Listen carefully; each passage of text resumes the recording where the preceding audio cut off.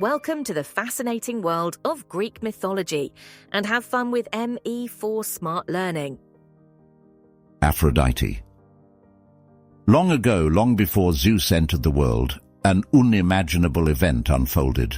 Kronos, the youngest of the Titans, overthrew his father Uranus with a sickle bestowed upon him by Gaia, cleaving the sky from the earth. In this violent act, Uranus's severed genitals plunged into the sea. Yet from this chaos and destruction, a force would arise, destined to subtly shape the entire cosmic order. As the genitals of the sky god plunged into the tumultuous waves, the sea foamed up. From this white foam, mingled with the blood of Uranus, a figure emerged, so elegant and luminous that even the restless waves fell still. Aphrodite, the goddess of love and beauty, was born.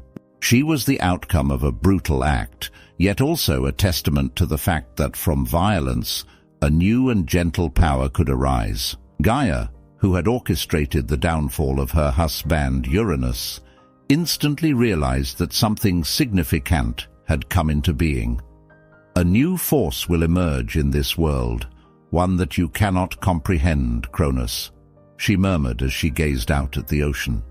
A power that cannot be subdued by violence. Kronos, in his arrogance, dismissed it with a wave of his hand. Whatever it may be, it is of no consequence. I have overthrown the heavens, and now the earth belongs to me. Yet Gaia knew that Kronos could not comprehend the essence of love that rose from the waves. While he focused on his dominion and the Titans ruled the world, Aphrodite gracefully emerged from the sea. Her beauty was unparalleled. Although her influence was often invisible, it was undeniably powerful.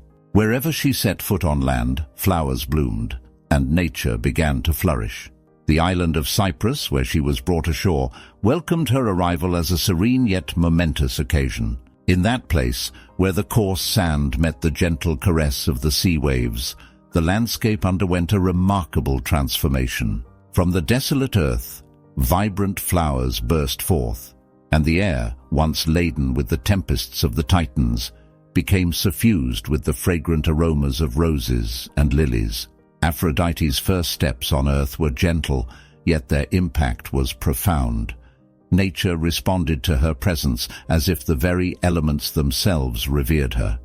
She was not only the goddess of love, but also the one who possessed the power to soothe the wild and untamed forces of the Titans. While she felt the warm sand of Cyprus beneath her feet, Aphrodite gazed thoughtfully at the restless expanse of the sea.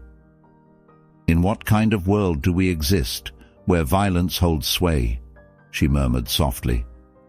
"What purpose am I meant to fulfill amidst this darkness?" Nature gently replied to her with a breeze that caressed the waves. Gaia, the all-seeing, whispered into this wind, "You will guide the hearts, Aphrodite. Although the Titans may rule the world, it is you who will shape the deepest desires of both gods and mortals." Aphrodite absorbed the words and realized that her true power resided not in warfare, but in the emotions that such conflicts could evoke. She was not a warrior, rather, she was the subtle force that transformed the world from within. Section 1. The Quiet Power. While Zeus and his siblings prepared in the caves of Olympus for the impending battle against Kronos, Aphrodite toiled in secrecy. As the Titans readied themselves for the monumental clash, Aphrodite employed her power in a distinctly different manner. She was no warrior and carried no weapons, yet her enchanting influence began to seep into the hearts of both gods and mortals alike. While the gods concentrated on war, Aphrodite's influence expanded in subtle, unseen ways. Her quiet power was not apparent on the battlefields. Rather, it manifested in the relationships and connections that gradually formed between the gods and mortals. Love, desire, and longing.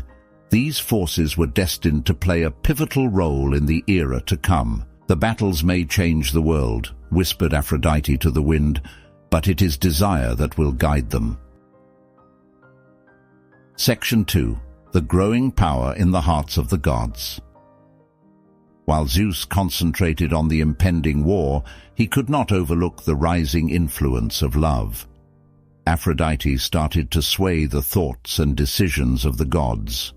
She acted in a manner that was still unfamiliar to them, a power not acquired through violence or intimidation, but through the unseen connection of love.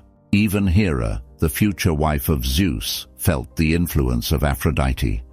As preparations for war unfolded, she contemplated not only strategies, but also her position alongside Zeus.